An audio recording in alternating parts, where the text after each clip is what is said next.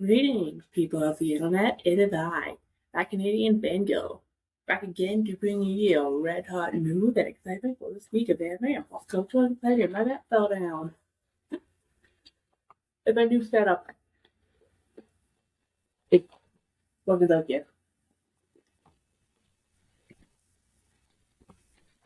Look at that. Yeah. But that's the hit me reason. Alright, that's enough. That's enough of that. Today, I'm gonna try something new. This is something I want to do right now. And I'm probably gonna do it every season from now on. I'm gonna do a spring anime retrospective. I'm gonna look back on the past so many months of anime, talk about the good, the bad, the trashy, and give my opinion on the spring season. And then I'm gonna follow that up with a preview of this upcoming season, which technically already starting because well, again, some of those showing a few shows have already aired, and some will start tomorrow at the time of recording on June 30th, or July 1st, with the start of the summer season. Let's talk about the spring anime. It's been a pretty good season for anime. Spring has been packed with a ton of shows. 2026 in general has been a very good year for anime. Like, let's be honest, like this has been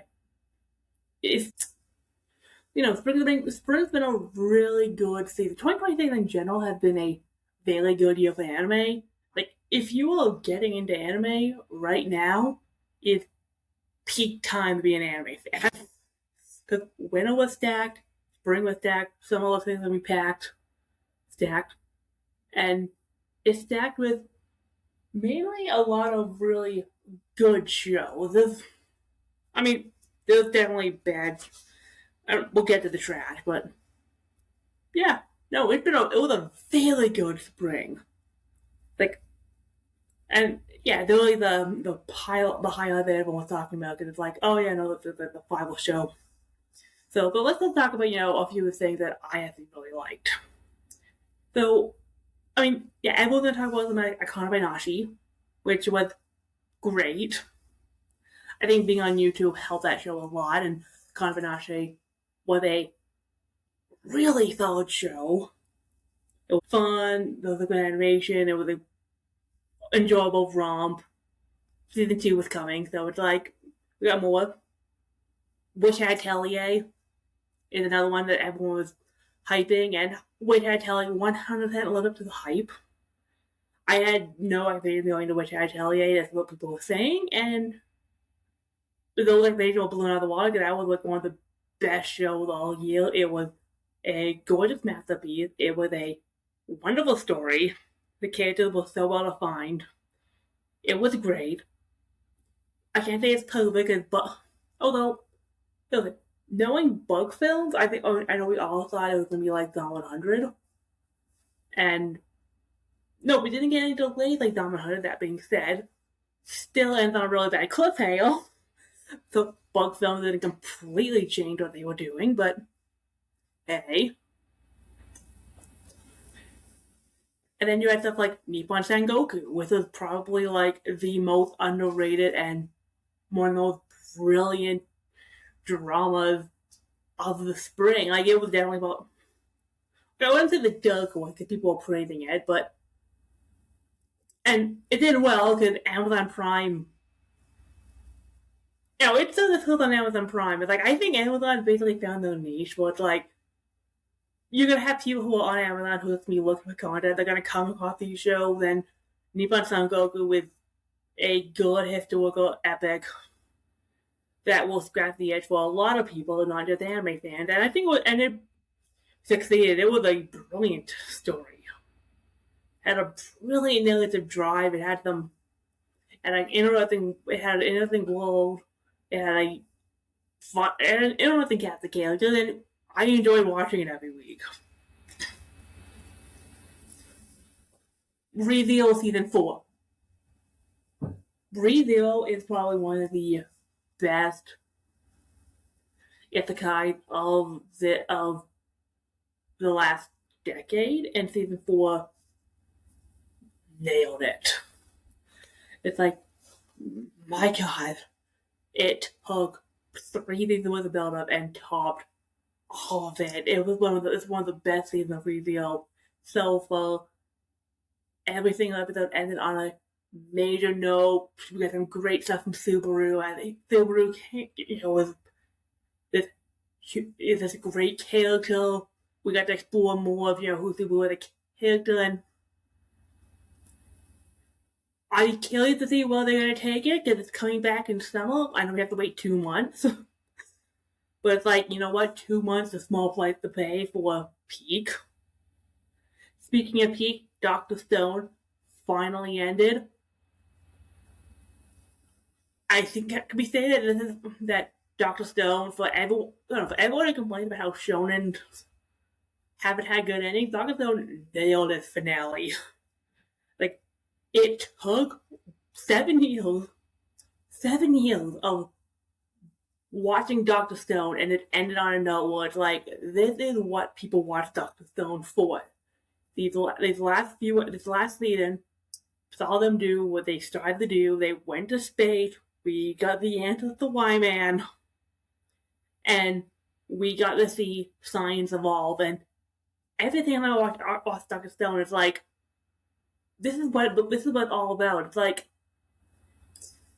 the cool thing about Dr. Stone is it shows why science is important. Science is always evolving. It's always going to be around. You're always going to have people who are going to question, experiment, strive towards new things because that's the way it is. And Dr. Stone so nailed that, and I want to see where they're going to go. Like, I doubt we'll get more Dr. Stone. I know there's a couple of spin-off mangas. I doubt they'll get adapted. If they do, good for them. I don't need to see Dr. Stone adapted anymore. I think this was a perfect send-up to one of the best non-battle shonens of the past decade. 7 years of build-up, and it worked brilliantly. Suika got robbed at the Country Award. She was best girl. She was way more protected than Anya last year, but God, that Suika episode was so good. But, the striving towards the importance of science, I love Dr. Stone. But like those sequels, let's talk about the show that I think generally no one saw coming as being good, and we had a couple of good romances, like Gals Can't Be Kind to Otaku, which, holy shit, I love Gals Can't Be Kind to Otaku. And everyone's like, oh, it's power fantasy. It's like, it is, but it's both an otaku power fantasy and a good yuri. That one episode when you show the two main gals and how they met, it's like they have just as much chemistry with each other as they do with all Reddit and Otaku, which proves I want to see them together as much as I want to see them with the main dude. It's like, this is like the perfect power couple, but I want to see all 3 of them I want to see all 3 of them together in love. It's a great show. I doubt they'll go poly. Please go poly. The actual poly show is next season, which we'll talk about when we get to the SM preview. But God, I freaking love Gals Can Be Kind of It was a great show, and I made friends with the second prettiest girl in class. Again, for a show that I think no one thought was gonna be anything good, was actually surprisingly fun. I thought it was decent. Like, I liked that it was this character study of these 2 people coming together and learning to rely on each other, and they formed this decent connection with each other, We get this. I like how it's a story about how 2 people form a bond over B-movies and video games, and they just kind of become, these 2 people who can rely on each other, and while also being someone that you can basically Chancellor, your everyday issues, and those people with there they go. They form a very nice relationship, and I was surprised at how good it was. So that both in common are fully blossomed when drunk is one of the most peak slice of life shows of last season. It was a beautiful work of art. The animation was stellar.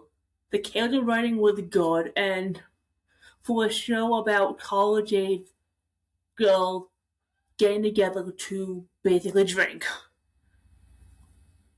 That was also technically a yearly, but we don't really saw any yearly because they don't kiss, but it's implied. One of the best shows of all time, and I was saying that watching it, I am so looking forward to it getting snubbed at the Anime Awards. Like, Both in Common is the type of show that deserves to be nominated and wins like life. It deserves to be nominated at least for Best Animation, and it's gonna lose both. Because no one's gonna nominate this. It's gonna get snubbed so hard, and it's gonna be the biggest. I'm calling it gonna be the biggest snub of 2026 of next year's Crunchyroll Anime Awards. I am here for that. Little preview of the memory at the end of the year. I'm gonna see if I can predict the Crunchyroll Anime Awards, and Both in Common will be the one is my biggest snub. When it comes out next year, I'm gonna rant about this. You'll see that as a promise.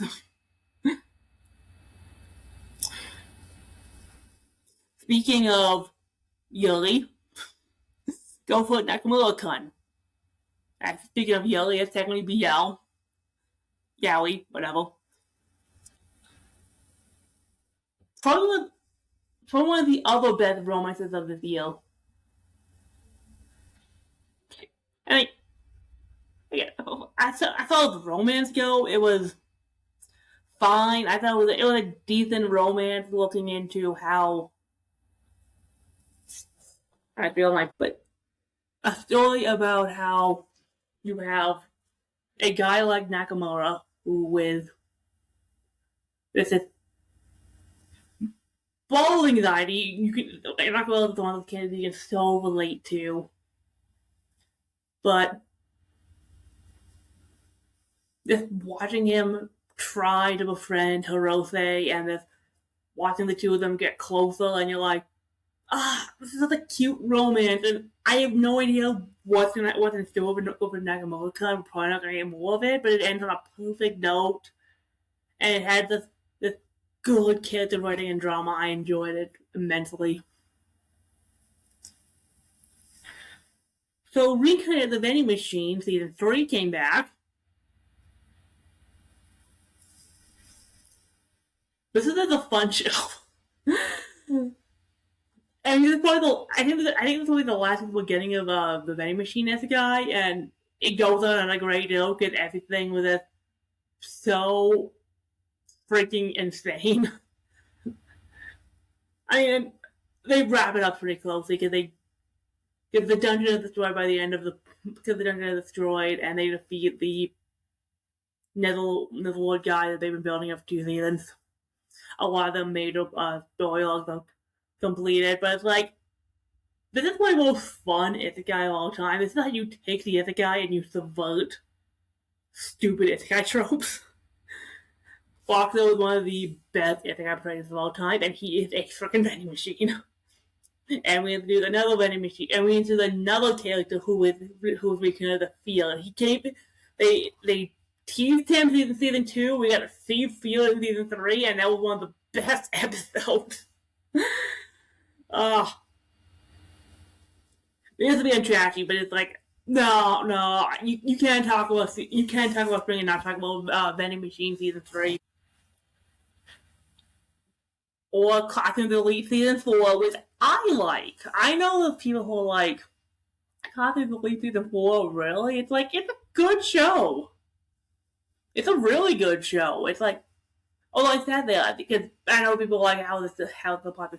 Here is my theory for Cotton the Elite. People like it because it's smart.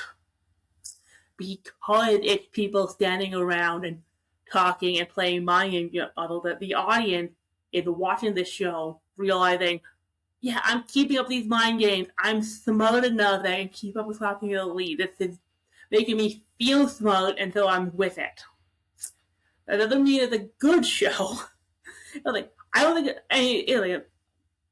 there are other shows that you can do that, but like, I respect Classing the Elite for trying so hard to have these mind games be so elaborate that as an audience member, you sit in there, it's like, I'm following along. I'm smart. Yeah.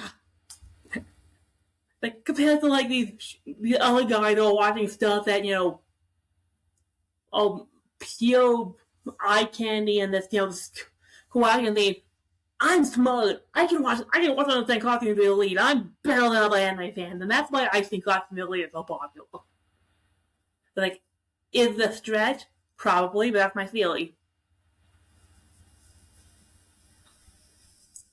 Speaking of smart, Lyle game. Okay, yeah, technically continuing the song, but what we got was actually really good. I actually really like Lyle's game. It's like, it's one of those shows where you realize, like, no, this works. Like, I am invested into the story. I don't want to see these characters go into debt. I want to see them try to outsmart this system that's constantly trying to take money from them. And I want to see these people succeed in pulling stuff over on the awful people who will try to exploit people's weaknesses. It's like, it's compelling enough that I'm into it.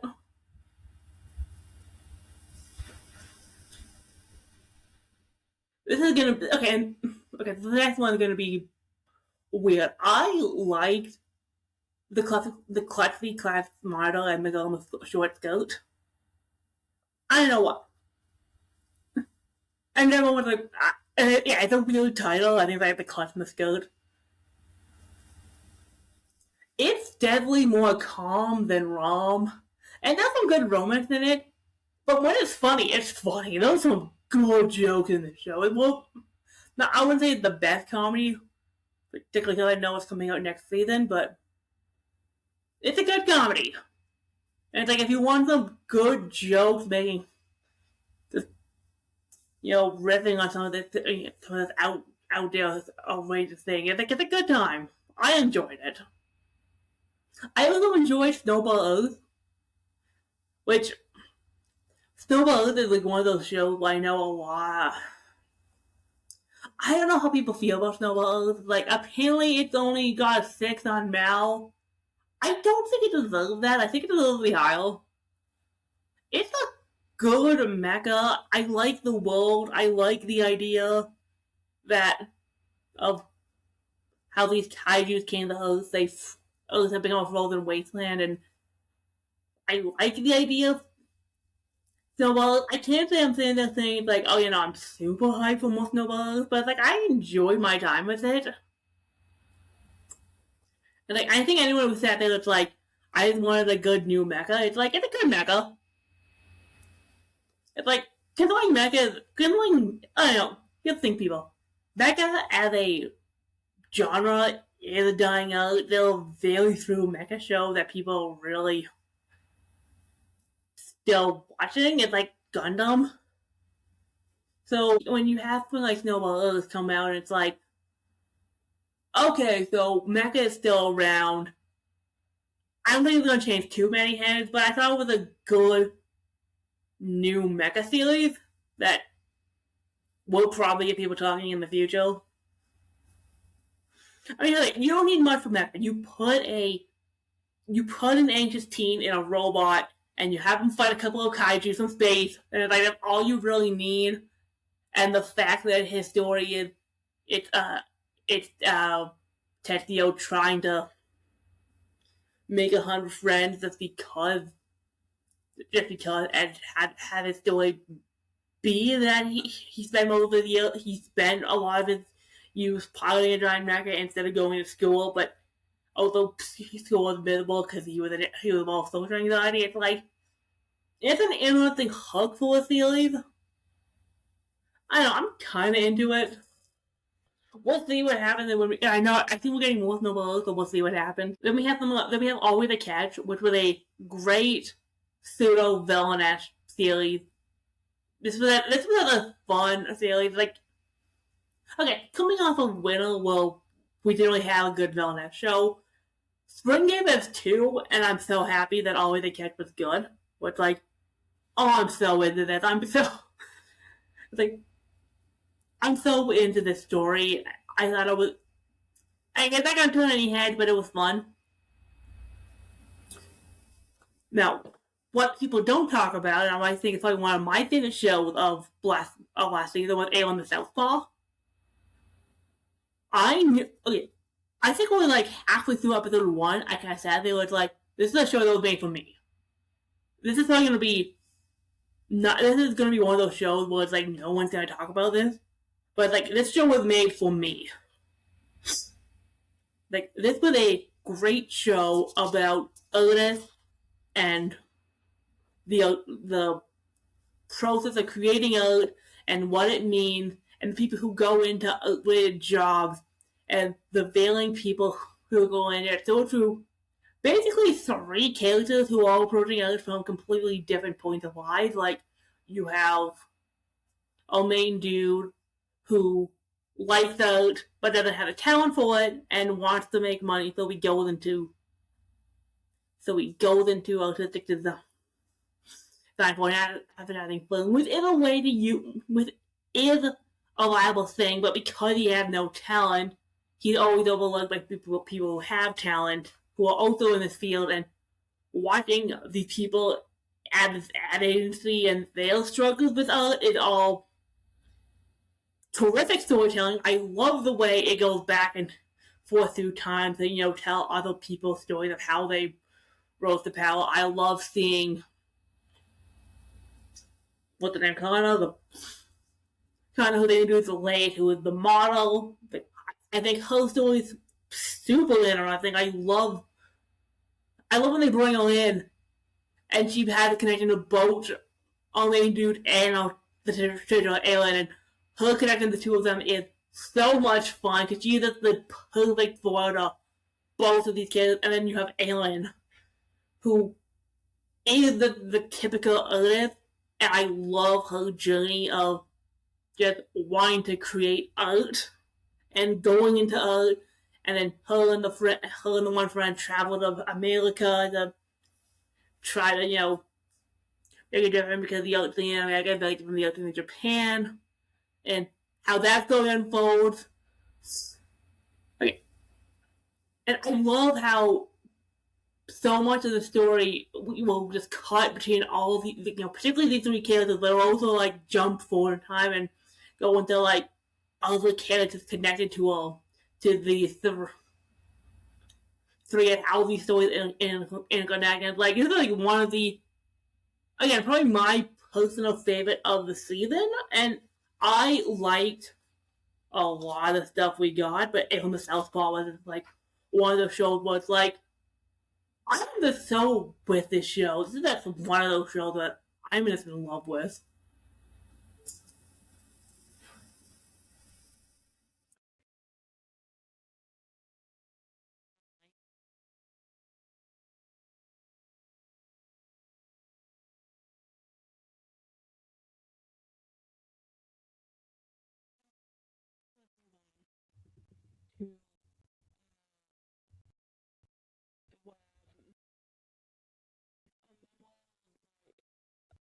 Fiance who calls herself a villainess,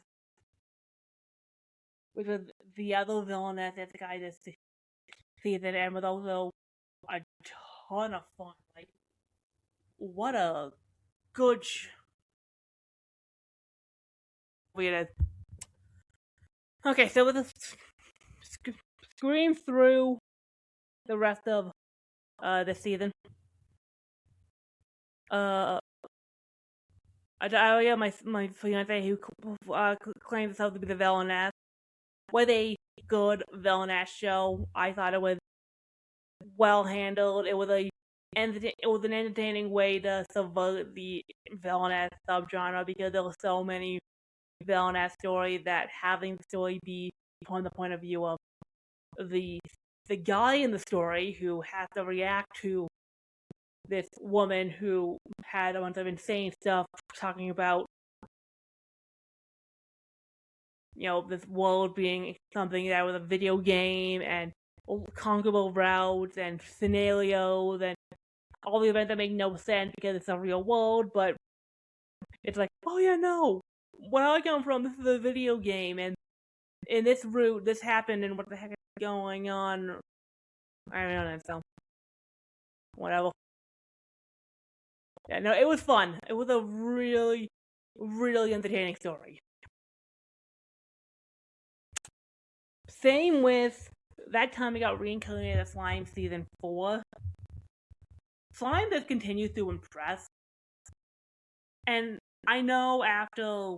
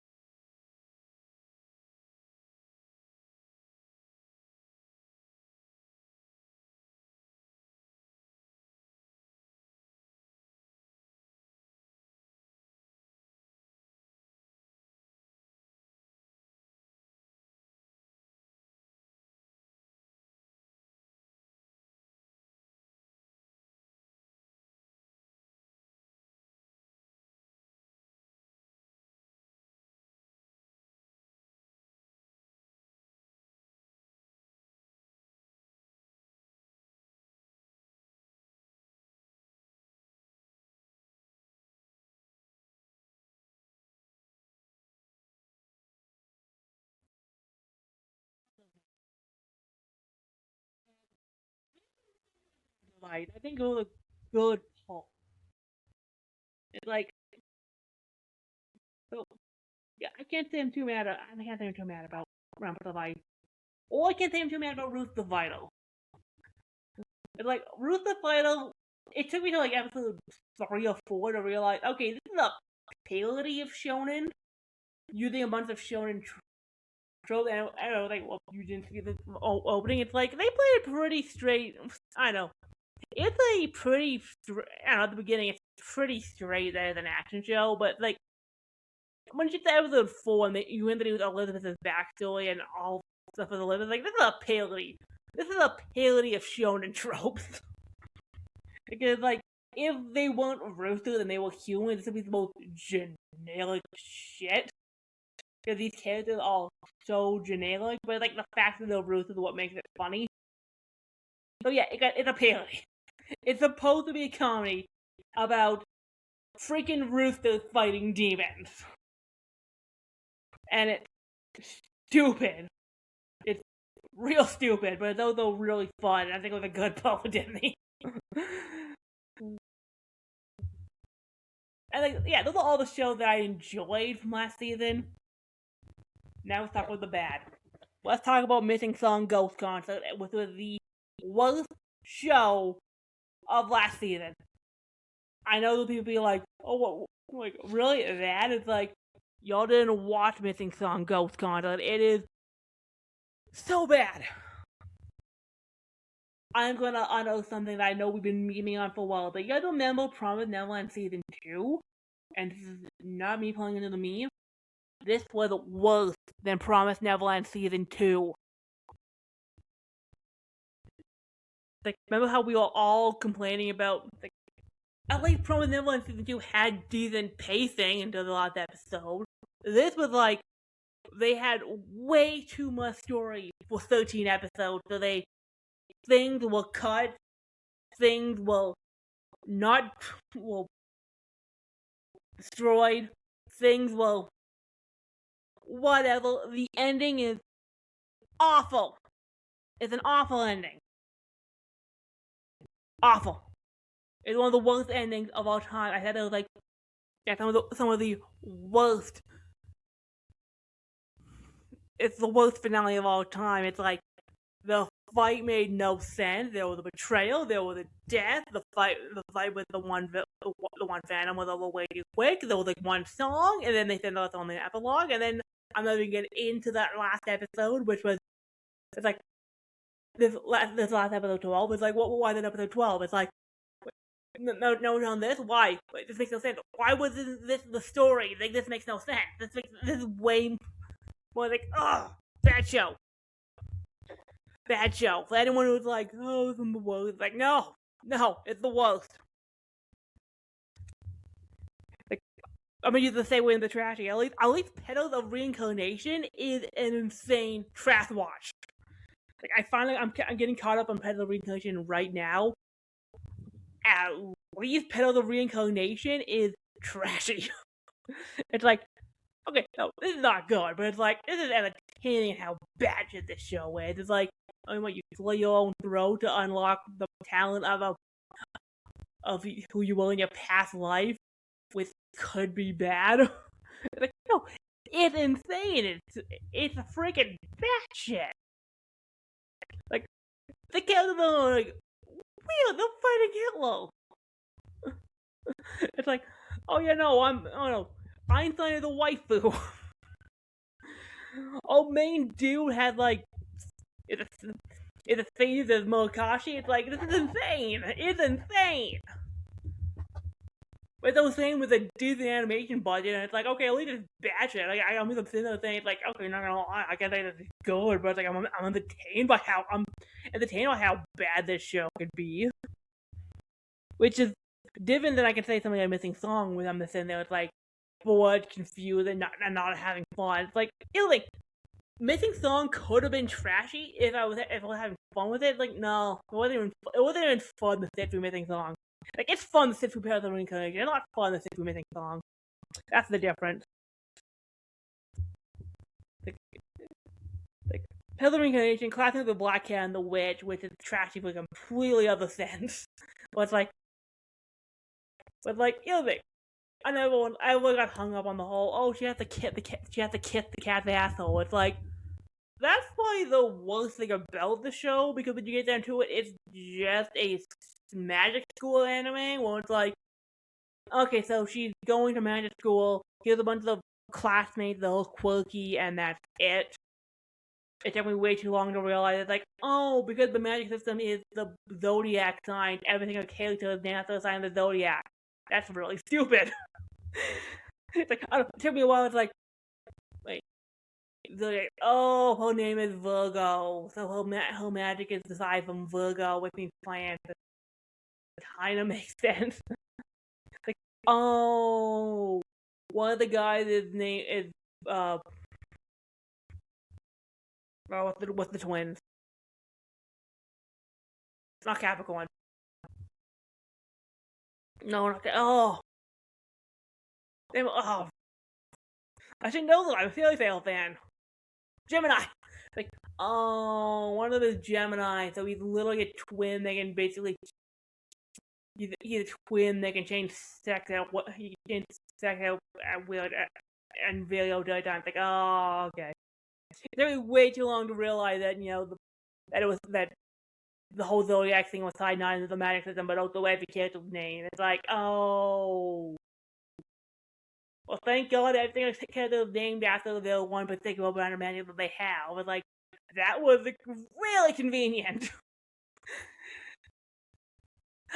I can't do not having fun with it though, because it's just nice to have like another one of these school shows, a magic school show, where it's like, okay, these shows were everywhere like 20 years ago. It's nice that it's kind of coming back. And who doesn't like a good magic school arc? Can I say it's good? No. Can I say it's fun? Yeah. Our main character kisses a cat's ass. Like, Drops of God, I'm putting on the trashy just because it's like, I don't care about wine. Like, it's interesting enough. I like the power scaling of wine consoles trying to out potential each other. Like, that's an interesting gimmick. I'm just not a wine drinker. I don't like alcohol in general. I think Bone Common got my feeling on vibe. This is more like, there's people being attention about wine. And it's like, that's fine. I don't drink, so I don't care. I'm not gonna sit there and it's like, oh yeah, power scaling wine. It's like, oh yeah, that's the good shit. And I edited way too long talking about grape cultivation and fermentation. It's like, I don't care. I'm sure this is interesting for wine people, but it's like, unless you're really into wine, there's not much there. The Whirlwind Barbarian, I liked. I can't say I liked it because I was engaged with the show, because it's like, okay, I'm glad it didn't go like full offensive. Like, characters have like some humanity where it's like, no, I buy who these characters are. I'm supposed to stand there, it's like, yeah, this is passable. That's why it's on trash. It's passable.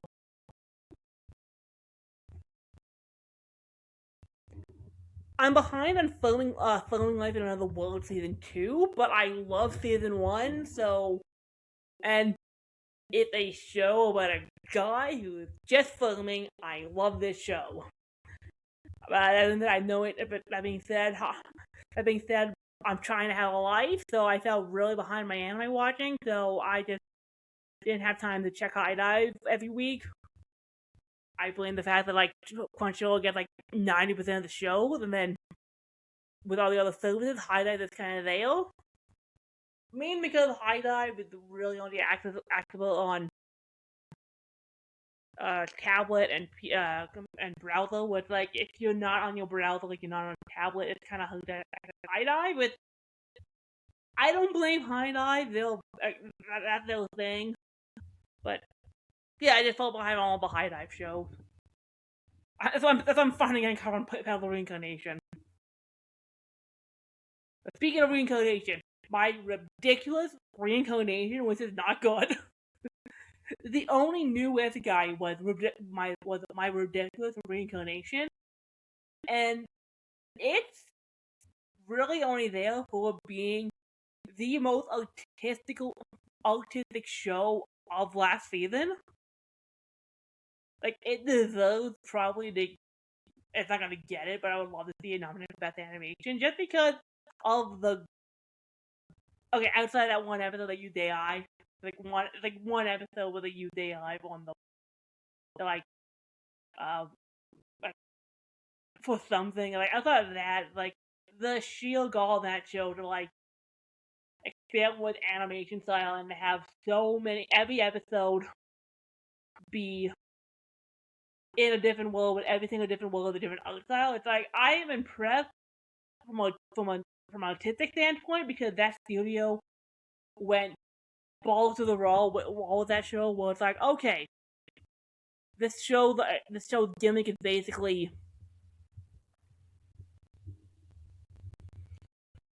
a main character dies, he gets reincarnated into reincarnation gotcha, and is basically playing gotcha with his